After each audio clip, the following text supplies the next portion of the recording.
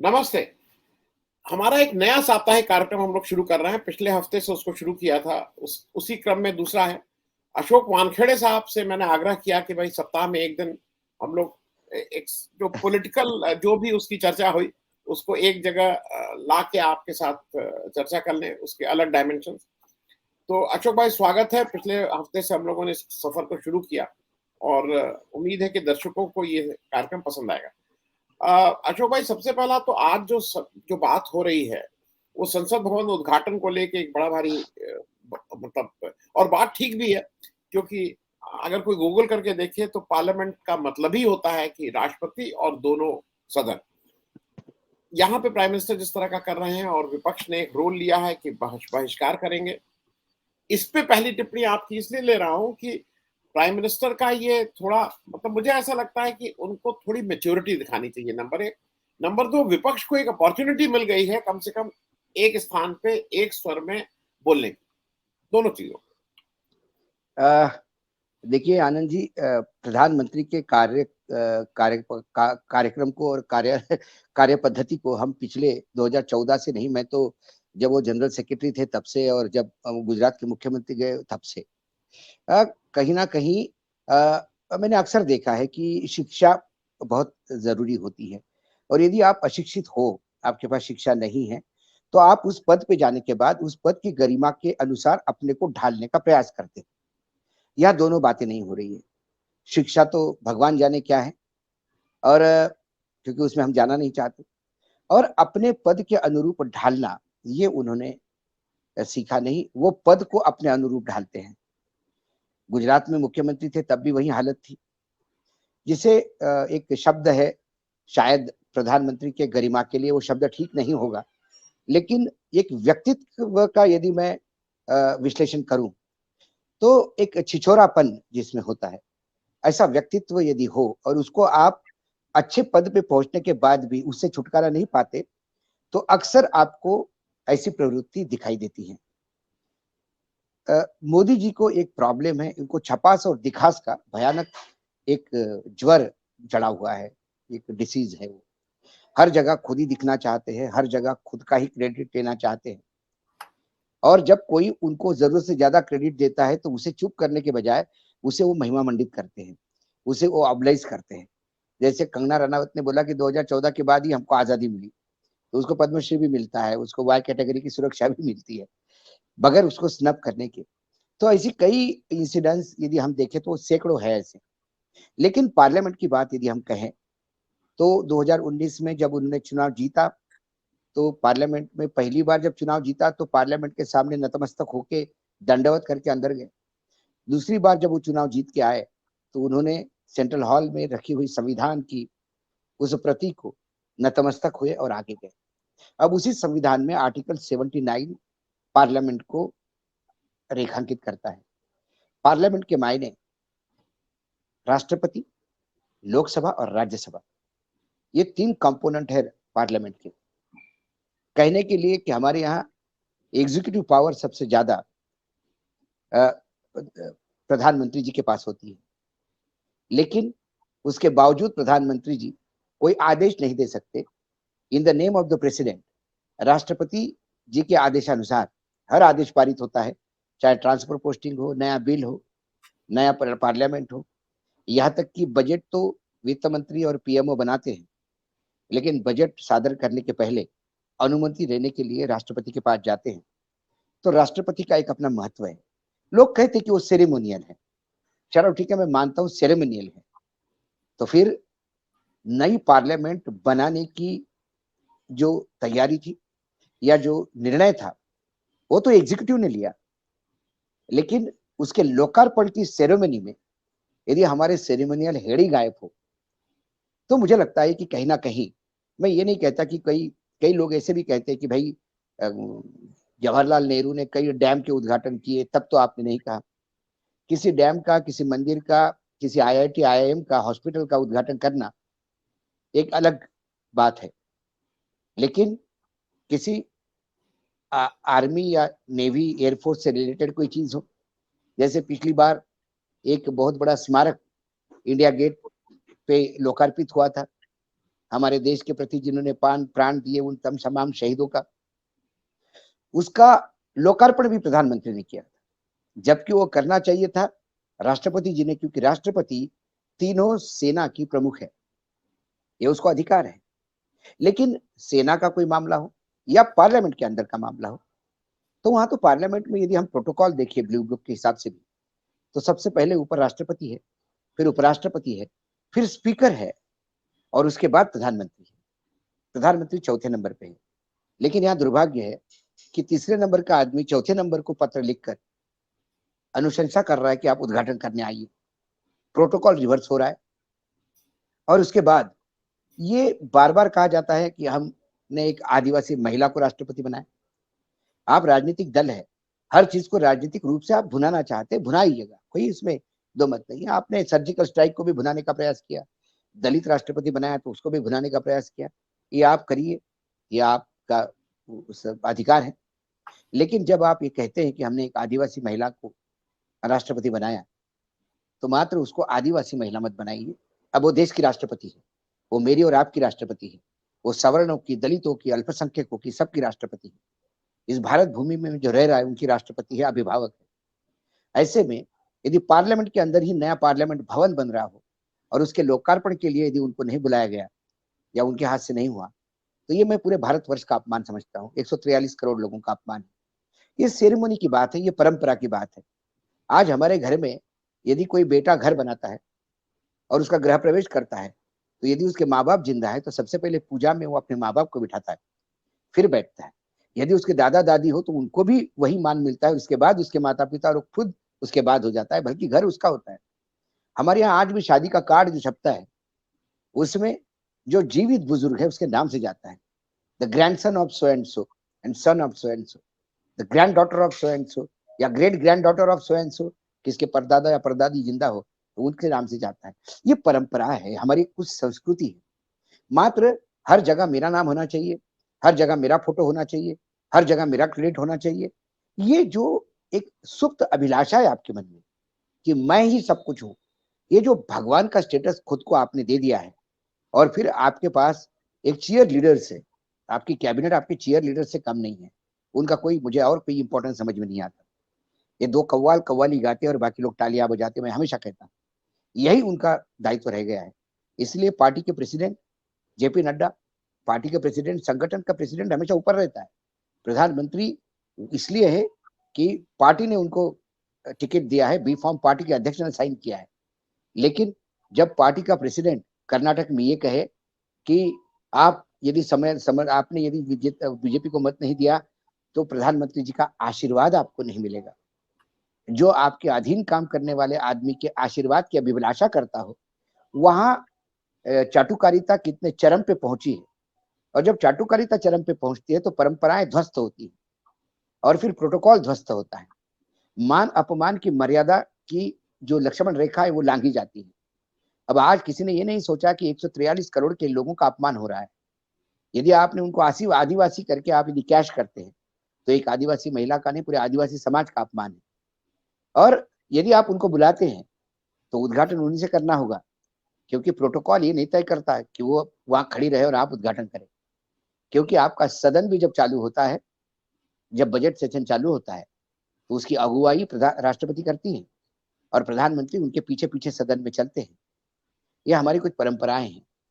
हाँ, पूरा ताकतवर वो है, सब कुछ है, वो तय कर लेंगे कि पाकिस्तान पे युद्ध करना कि नहीं करना, ये उनकी रणनीति होगी। लेकिन अंतिम आदेश राष्ट्रपति का होगा। इंदिरा गांधी ने इमरजेंसी लागू की थी, लेकिन अंतिम आदेश पे साइन राष्ट्रपति के थे। नहीं तो राष्ट्रपति के सिग्नेचर के बगैर इस पार्लियामेंट का तमाम बिजनेस जीरो हो जाता है। ये परंपराएं बार बार हमको दर्शकों के सामने इसलिए बनानी पड़ती है कि हमारे राष्ट्रपति वैसे रबर स्टैम्प नहीं है। ये तो राष्ट्रपति की ग्रेटनेस है कि वो टकराव नहीं लेती। इसके पहले जैल सिंह का समय हमने टकराव देखा, इसके पहले राजेंद्र बाबू के समय में कई बातों पे टकराव देखा, लेकिन फिर वो टकराव मतभेद थे, मनभेद नहीं थे। यहाँ जब भी मतभेद की बात होती है तो मतभेद बाद में होते हैं, पहले मनभेद होते हैं। जब मनभेद ही होंगे तो फिर मतभेद तो होंगे ही। कई जगह मतभेद होने के बाद मनभेद नहीं होने के कारण सर्व को लेके साथ में चलने की, मुझे याद है कि जब निक्सन के साथ इंदिरा गांधी ने अमेरिका जाके व्हाइट हाउस के अंदर लड़ी थी, देखिए उस शेरनी की बात, वो अपनी जमीन से ललकारी नहीं, उन्होंने निक्सन के व्हाइट हाउस में जाके निक्सन को खरी खोटी सुनाई और उसके बाद जो ज्वाइंट प्रेस कॉन्फ्रेंस थी उसका बहिष्कार किया।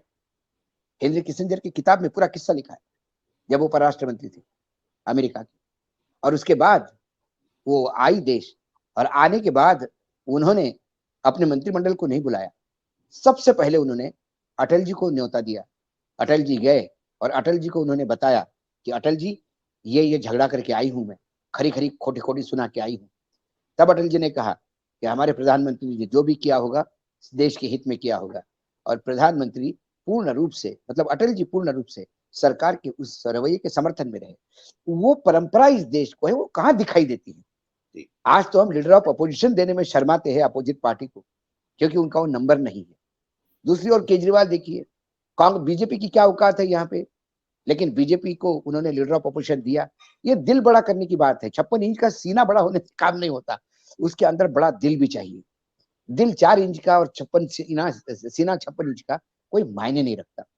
तो कुल मिलाकर अपोजिशन ने जो मांगा, हो सकता है उसमें एक राजनीति का एंगल होगा, लेकिन एक विश्लेषक के तौर पे, एक सामान्य एक भारत का नागरिक होने की वजह से मुझे लगता है कि सेंट्रल विस्टा जो नई पार्लियामेंट है उसके उद्घाटन में राष्ट्रपति को बुला लेना चाहिए था। और यदि उनके हाथ से उद्घाटन होता तो इतना ही फर्क पड़ता ना कि inaugurated by the president of India, honourable president of India Droupadi Murmu ji, in presence of prime minister of India, वो नाम नीचे आ जाता।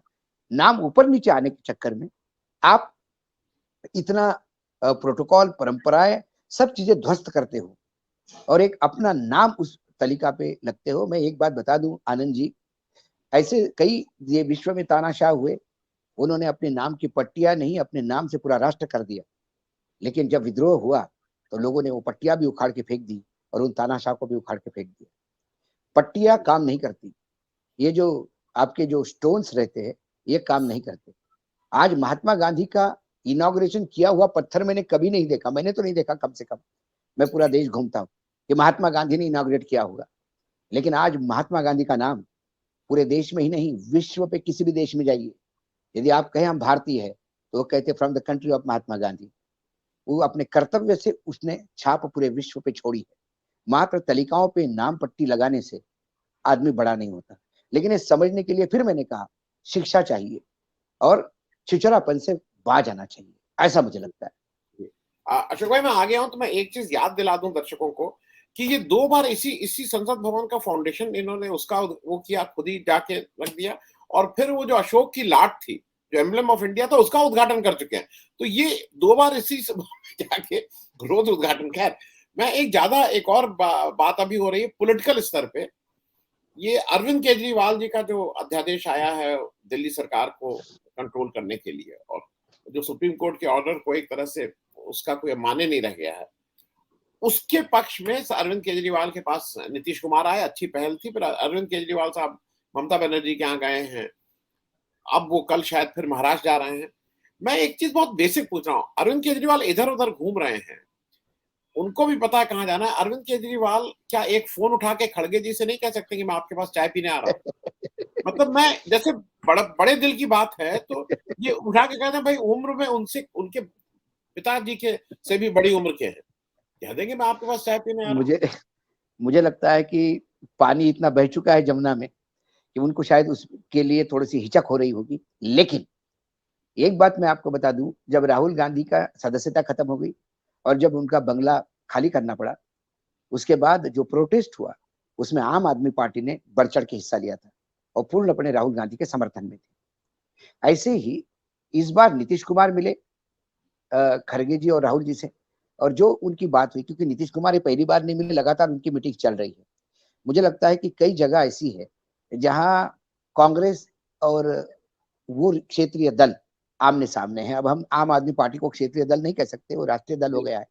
और कुछ ऐसी जगह है जैसा ओडिशा है, जैसा बंगाल है, जैसा तेलंगाना है, आंध्र प्रदेश है, यहाँ कांग्रेस और क्षेत्रीय दल आमने सामने है। ऐसे में वो जो आइस ब्रेकिंग जिसको बोलते हैं, वो काम नीतीश कुमार बड़े ताकत से कर रहे हैं। उन्होंने ममता जी से मिली और ममता ने भी कहा कर्नाटक की जीत के बाद कि हम बिल्कुल कांग्रेस के साथ देंगे। बीजेडी अभी साधी गई नहीं है, केसीआर साधे नहीं गए हैं, लेकिन आम आदमी पार्टी के लिए उन्होंने कम से कम जो कल अभी मीटिंग जो हुई कल परसों, उसमें ये बात आई और कांग्रेस ने उस अध्यादेश का राज्यसभा और लोकसभा में विरोध करने का बात करने की बात की है। तो कहीं ना कहीं इन लोगों को भी थोड़ा हटके जाना पड़ेगा, क्योंकि घूम फिर के केजरीवाल शरद पवार के पास जा रहे, केजरीवाल शिवसेना के पास जा रहे, केजरीवाल स्टालिन के पास जा रहे, केजरीवाल जिन जिन लोगों के पास जा रहे हैं वो यूपीए के पार्टनर हैं, क्योंकि सरकार या तो उनके राज्य में या बाकी जगह पे वो और कांग्रेस साथ में है, चाहे बिहार कहिए, चाहे तमिलनाडु कहिए, चाहे महाराष्ट्र कहिए। तो ऐसे जगह पे मुझे लगता है कि बाकी पार्टनर्स भी उनको यही बता रहे होंगे कि हम आपके साथ में हैं, आप कांग्रेस को भी मानिए। और बाय एंड लार्ज कर्नाटक की कर्नाटक की बेहतरीन जीत के बाद कहीं ना कहीं कांग्रेस का स्टेक ऊपर आया है। यही जीत उनको छत्तीसगढ़ और मध्य प्रदेश में मिलती है तो मुझे लगता है फिर कांग्रेस का स्टेक बहुत ज्यादा होगा। ऐसे में एक जो मुझे थोड़ा डर लगता है, जो कांग्रेस का इतिहास और परंपराएं हम देखते हैं, जीत के बाद कांग्रेस का अरोगेंस बहुत बढ़ता है। मतलब लगातार 2 चुनाव लोकसभा के हारने के बाद भी बीजेपी का कोई जनरल सेक्रेटरी को मिलना हो तो हमारे जैसे पत्रकार, जिन्हें लोग एंटी बीजेपी या एंटी एस्टेब्लिशमेंट मानते हैं या कहते हैं कि बार बार सरकार को कटघरे में खड़े करते हैं या ये गलत बातों पे इंगित करते हैं, उनके लिए भी किसी जनरल सेक्रेटरी से मिलना बहुत आसान है। मैं यदि किसी भी बीजेपी के जनरल सेक्रेटरी को फोन करूं तो एक आधे घंटे में रिटर्न बैक आके पूछेंगे, हाँ अशोक भाई बताइए, मिलना चाहते तो आप ऐसा करिए, अगले वीक आ जाइए मंडे को। ये बात है, मैं दावे के साथ कहता हूँ। एक अविनाश पांडे छोड़ा क्योंकि मुझे वो नागपुर के है और मेरे उनके बहुत पुराने व्यक्तिगत संबंध है, घर के संबंध है। वो यदि छोड़ दिया तो एक भी जनरल सेक्रेटरी ऐसा नहीं है पार्टी का, वो छोड़िए पार्टी के जो मीडिया इंचार्ज है उनको भी फोन करा तो कॉल बैक नहीं आता। ये अरोगेंस तब है जब आप सत्ता में नहीं हो। अब कर्नाटक के बाद तो सबके एकदम जो हाइट है 4-4 फीट बढ़ गई है, और यदि छत्तीसगढ़ और इसमें आ गए तो उसके बाद इतना अरोगेंस बढ़ेगा। तो अरोगेंस जहां बढ़ता है, अकोमोडेटिव नेचर जहां नहीं होती, वो अकोमोडेशन चाहिए। वो सोनिया गांधी जी के पास था, अकोमोडेटिव नेचर की थी, और उनके पास अहमद पटेल से लेकर तमाम सिपा सलार थे जो अकोमोडेटिव, मतलब अक्रॉस द पार्टी लाइन उनके संबंध थे। तो वो मतभेद थे लेकिन मनभेद नहीं थे, तो वो इसका जुगाड़ कर सकते थे। उसके बाद शरद पवार एक है इनके पास, लेकिन शरद पवार खुद उलझे हुए हैं महाराष्ट्र में, और वो भी कई बार ईडी और इससे इतने परेशान है कि कई बार वो सॉफ्ट बीजेपी के लिए सॉफ्ट हो जाते हैं, तो वो विपक्ष को कहीं ना कहीं उनके ऊपर एक डाउट है। फिर नीतीश कुमार बच्चे, जो नीतीश कुमार लगातार घूम रहे हैं, लेफ्ट ट्रेडिशनली बीजेपी के साथ ही कांग्रेस के साथ है। ऐसे में कांग्रेस लगातार जीत आने के बाद मुझे लगता है कि यदि ये काम वेणुगोपाल के बजाय सीधा खरगे जी खुद हैंडल करे तो ज्यादा अच्छा होगा, क्योंकि खरगे जी पुरानी चावल है और खरगे जी अकोमोडेटिव है। खरगे जी के व्यवहार में वो दम्भ नहीं है जो तुम्हें केसी वेणुगोपाल के इसमें दिखता है। केसी वेणुगोपाल की औकात ये है कि वो वहां से अपने राज्य में सरकार नहीं ला पाए। ये जनरल सेक्रेटरी ऑर्गेनाइजेशन है, देखिए इनकी हालत। केरल में सुपड़ा साफ हो गया विधानसभा के दूसरी चुनाव में, लेकिन उनका आरोगेंस ऐसा है कि काश शायद वो अगली बार प्रधानमंत्री पद की शपथ ही वो ले रहे। तो ये तमाम चीजें जो है, ये कांग्रेस को कहीं ना कहीं आने वाले समय में हिंड्रेंस करती है। मैंने इसीलिए कहा कि कांग्रेस सब कुछ करने के बाद आखिरी क्षण में बिगाड़ देती है, और ये बिगाड़ इसलिए है कि कहीं ना कहीं संवादहीनता होती है। राहुल गांधी जो मिले वो कहते हैं कि बहुत अच्छे इंसान है, लेकिन मिले तो सही, राहुल गांधी तक पहुंचने में ये जो अलंकार और ये जो तुम्हारे बैजू और एक कौशल, ये इनकी बड़ी बड़ी दीवारें जो फाड़नी पड़ती है, ये आम इंसान के लिए या किसी भी आदमी के लिए बहुत मुश्किल है। वहां चाटुकारों की एक फौज है, उनकी अपनी लॉबी चलती है, और इसके वजह से मतलब मैं आपको यदि समय हो तो 1 मिनट में एक इंसिडेंस बताता हूँ आपको। जरूर जरूर। एक एक बहुत सीनियर 81 ईयर के कोलसे पाटिल करके एक रिटायर्ड जज है, और इमेजिन करिए 81 साल की वो जज लगातार तमिलनाडु से पंजाब तक चले राहुल गांधी की भारत जोड़ो यात्रा में। वो मेरे राहुल शो जी में बड़े काफी चिंतित आते हैं आए, अशोक भाई, तो वो बड़े, पुराने हाँ, तो सोशलिस्ट वो हैं, समाजवादी। राहुल जी बड़े चिंतित थे उनको लेके, बार बार पूछते थे आपका स्वास्थ्य तो ठीक है, क्योंकि 81 की उम्र है, आप चल रहे हैं। एक दिन वहां पे परंपरा थी कि सुबह ध्वजारोहण करके वो निकलते थे पद यात्रा के लिए। उन्होंने कहा कि ये ध्वजारोहण कल का जो है वो कोलसे पाटिल करेंगे। पाटिल साहब को भी बोला गया कि दादा आप ध्वजारोहण करेंगे। कोलसे पाटिल सुबह आके, वहां बहुत सारे लोग थे, तो वहां आपके मीडिया इंचार्ज भी खड़े थे, जो अभी जनरल सेक्रेटरी मीडिया है। तो उन्होंने, कोलसे पाटिल ने नमस्कार चमत्कार भी हो गया उनके साथ। उसके बाद फिर भीड़ हो गई थोड़ी, फिर राहुल जी आए और राहुल जी ने कहा कि अरे भाई दादा कहाँ है, पहुंचे नहीं क्या, वो तो जल्दी उठ जाते हैं। तो जो हमारे जनरल सेक्रेटरी, उनने कहा कि नहीं वो आए नहीं है, आप ही निपटा दीजिए। इतने में किसी ने कहा बेचारे पीछे खड़े हैं, तो राहुल जी ने आवाज लगाई, तो उन्होंने हाथ ऊपर किया, तो उन्होंने कहा अरे दादा को आने दीजिए, आगे आइए दादा। फिर उन्होंने फ्लैग होस्टिंग किया। और कोलसे पाटिल, जैसे कि आप खुद जानते हैं उनको, वो ब्लंट है बोलने में।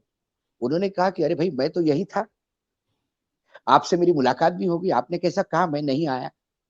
तो राहुल गांधी ने उसी जनरल सेक्रेटरी के सामने कोलसे पाटिल को कहा कि दादा आप समझ गए अब कांग्रेस क्यों हारती है, या कांग्रेस में तकलीफ कहाँ है, अब तो आप समझ गए होंगे। ये राहुल भी जानते हैं, लेकिन मुझे लगता है कि जो सर्जरी झटके के साथ करनी है, वो हलाल करने में लगे हुए हैं, और उस हलाल करने में पार्टी का नुकसान हो रहा है। तो कुल मिलाकर ये काम यदि खरगे जी के पास इंडिपेंडेंट दिया जाए सारे विरोधी पार्टियों को साधने में, तो वो बहुत अच्छी तरह से कर लेंगे, ऐसा मुझे आशा है।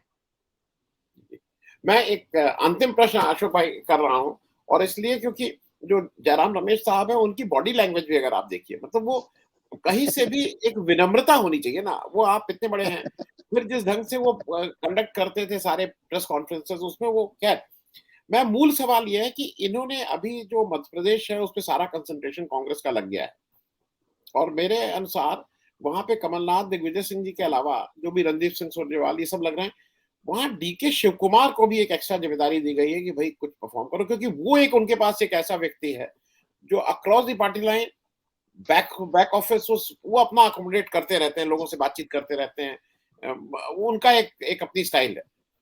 तो शायद उनका बेस्ट फुट फॉरवर्ड जिसको कहते हैं वो मध्य प्रदेश के लिए बहुत वो है। आपको अभी क्या लग रहा है, मध्य प्रदेश में एडवांटेज मैं कांग्रेस है क्या? अभी अभी मैं मध्य प्रदेश जाके आया हूँ, 2 दिन हो गए मुझे वापस आए वहां से।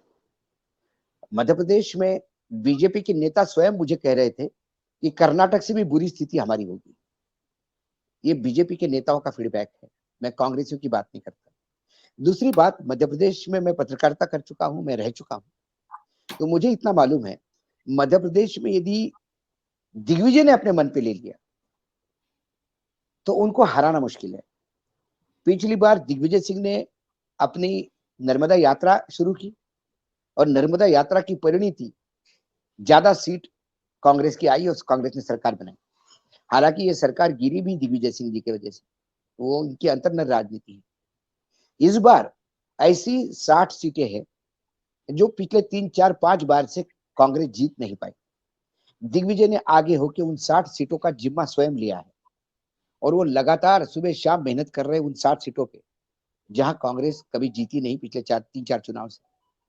तो उनकी मेहनत, कमलनाथ की उम्र, और उसके बाद कमलनाथ का लगातार मध्य प्रदेश में भ्रमण करना, पत्रकारों से मिलना, लोगों को टाइट करना।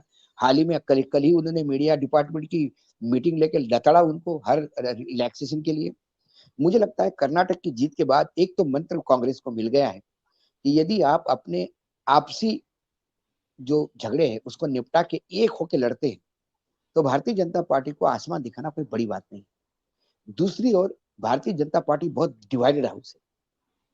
कल ही कैबिनेट की मीटिंग हुई, और उस कैबिनेट की मीटिंग में के बाद जो वहां एक मंत्री है राजपूत, वो अपने अर्बन डेवलपमेंट मिनिस्टर के खिलाफ मुख्यमंत्री से मिले, अध्यक्ष से मिले, जनरल सेक्रेटरी से मिले, और ऑर्गेनाइजिंग सेक्रेटरी से मिले, और उन्होंने कहा कि मैं दिल्ली तक ये बात लेके जाऊंगा, ये आदमी हमें बदनाम कर रहा है। कहीं ना कहीं जो बाहर से आए हुए हैं, जो बीजेपी कांग्रेस जो है उसके अंदर एक बीजेपी ओरिजिनल, एक बीजेपी शिवराज, एक बीजेपी महाराज है और एक बीजेपी नाराज है। 3 बीजेपी है वहां पे। तो बीजेपी नाराज ये बड़ा तबका है, वो शिवराज और महाराज इन दोनों को तकलीफ दे रहा है। तो महाराज के खिलाफ तो फ्रंट खुला है। सारे बीजेपी नाराज जो लोग हैं वो शिवराज के कम और महाराज के साथ आए हुए कांग्रेसियों को अपनाने के लिए तैयार नहीं। जब ऐसी स्थिति है और करने के लिए अब नरेंद्र मोदी जी को सिवाय भाषण कुछ बचा नहीं वहां पे, क्योंकि बहुत समय कम है। लोगों के पास डिलीवरी का सिस्टम बिल्कुल फेल हो चुका है पूरा। मैं अभी इंदौर गया था। इंदौर सच्चे स्वच्छ शहर है। इंदौर बहुत बढ़िया काम कर रहा है, लेकिन इंदौर में फंड्स की कमी है। इंदौर में कई बड़े आयोजन होते हैं, उनको फंड्स नहीं होता, इसलिए कि सरकार फंड नहीं देती। क्योंकि कहीं ना कहीं जो मेयर है इंदौर के, वो संघ द्वारा संघ के उम्मीदवार थे और कहीं ना कहीं शिवराज को लगता है कि आने वाले समय में ये जो पढ़े लिखे मेयर है, जो अटॉर्नी जनरल रह चुके हैं मध्य प्रदेश के, अच्छे वकील है, अच्छा व्यवहार है उनका और डायरेक्ट जीत के आए लोगों के बीच में, वो एक ऐसा शक्तिशाली केंद्र बन के उभरेगा। इसके लिए अभी से उनको फेल करने के लिए जो कवायद करते हैं, उससे उस मेयर का नुकसान नहीं हो रहा है, भारतीय जनता पार्टी का इंदौर का नुकसान हो रहा है। जिस इंदौर में भारतीय जनता पार्टी पूर्ण रूप से कई सालों से राज कर रही है, एक अकेला एमएलए है कांग्रेस का वहां पे। इस बार यदि बीजेपी के 2 बचे और बाकी कांग्रेस के आए तो आश्चर्य नहीं होना चाहिए। तो ये जो अंदरूनी झगड़े हैं, ये बीजेपी को खा रही है।